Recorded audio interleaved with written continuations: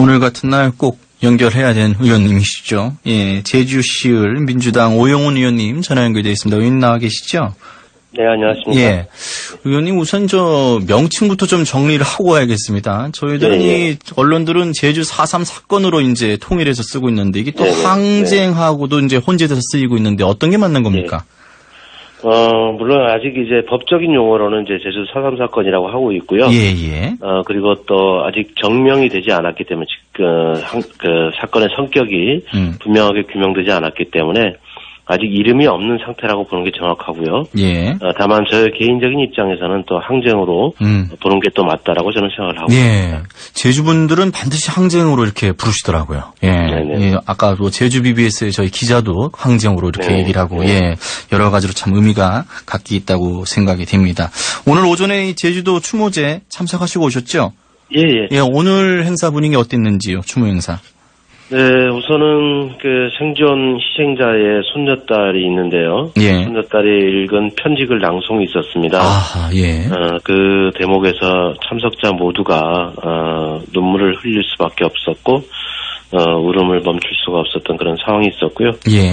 다만 대통령께서 4.3을 맞이해서 메시지를 밝혀주셨고 그리고 이낙연 총리께서도 추도사를 통해서 4.3의 진실을 채우고 명예를 회복하겠다는 명확한 입장, 그리고 4.3 특별법 개정과 관련해서도 국회와 성심을 가지고 협의하겠다는, 그리고 또 정부의 생각을 제시하겠다는 입장을 밝혀주셔서 그나마 또 다소 위안이 되는 그런 날이었지 않나 싶습니다.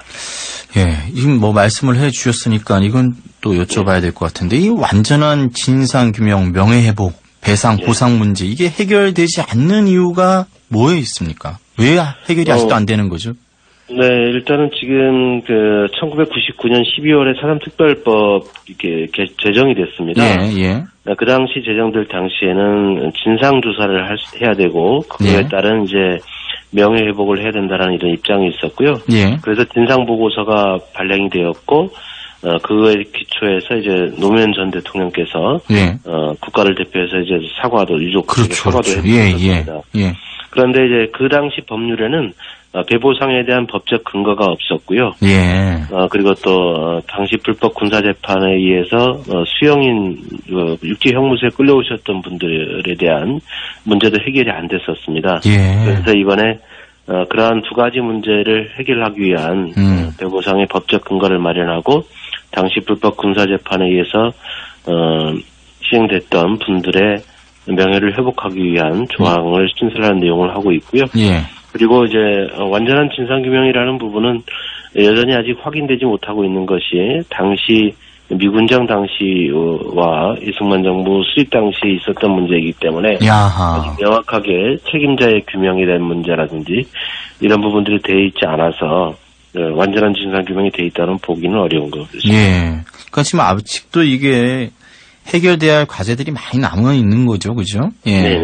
관련해서 의원님께서 지금 발의하신 법안도 있으시죠? 어떤 내용은 이제 주로 진상규명을 더욱더 강화한다는 의미가 있고요. 이 4.3 위원회가 필요하다고 인정될 경우에 조사 권한을 좀 더 강화하는 법률안을 개정안을 제출을 했고요. 두 번째는 이미 이제 5.18이라든가 민주화운동 관련자 같은 경우에는 그 관련법에서 희생자 또는 관련자로 인정되게 되면 배보상을 다 했습니다.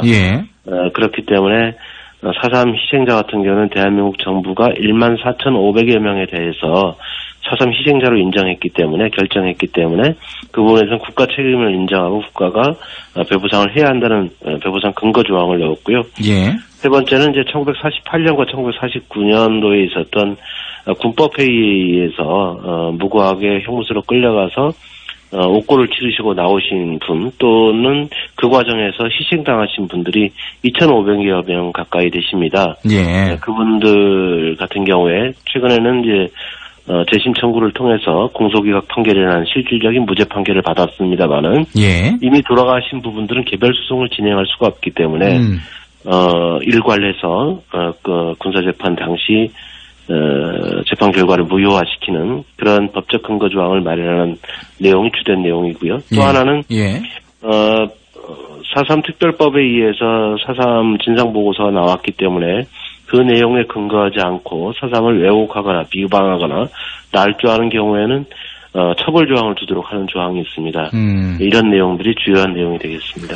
네, 그러니까 이제 법령들을 좀 보완하고 개정하고 이제 이런 방향으로 가야 될 것 같은데 좀 더 완전하게 이제 진상 규명이 되고 명예회복 또 배상 보상 문제가 이루어지려면 이게 지금 야당 의원들의 반대나 이런 건 없습니까?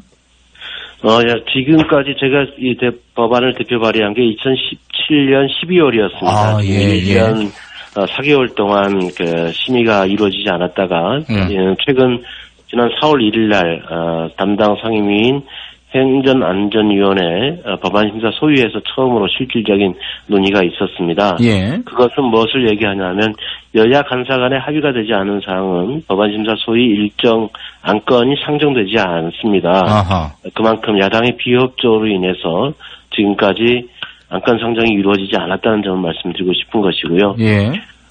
그리고 지금 야당에서 또 걱정하고 있는 부분들은 배보상의 규모가 너무 크기 때문에 국가의 부담이 크다 하는 이런 메시지도 있습니다만은 다른 법률과의 어떤 형평성의 문제 그리고 국가 공권력에서 희생된 점이 분명한 점에 대해 있기 때문에 개별 보상은 불가피하고요. 다만 재정 규모가 워낙에 큰 문제에 대해서는 다른 법률에 의해서는 일시 지급 방식을 채택했다면 제주 4.3 희생자와 관련해서는 분할 방식으로 지급을 분할 방식.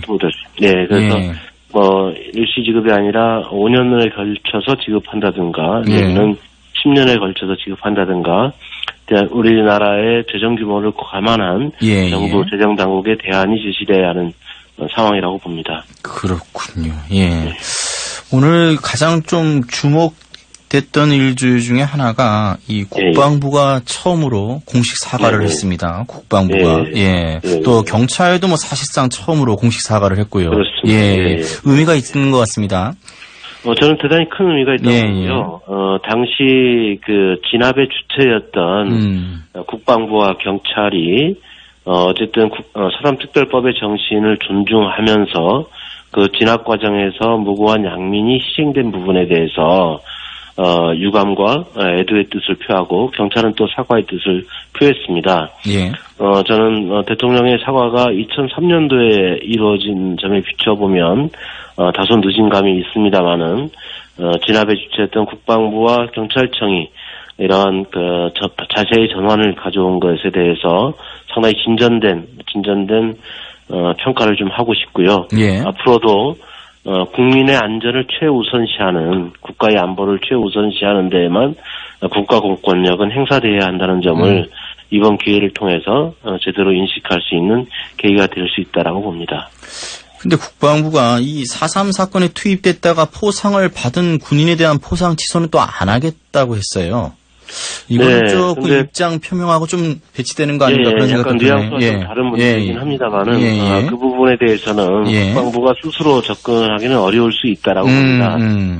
그래서 저는 그 4.3 특별법의 개정을 통해서 진상조사 활동이 좀 더 구체화되고 좀 더 명확한 내용들이 나온다면 그 내용에 기초해서 서운을 취소하는 방법을 국회 차원에서 접근할 수 있다고 봅니다. 국회 차원에서. 네네. 알겠습니다, 의원님. 오늘 말씀 여기까지 듣겠습니다. 네, 감사합니다. 말씀 고맙습니다. 민주당 오영훈 의원과 얘기를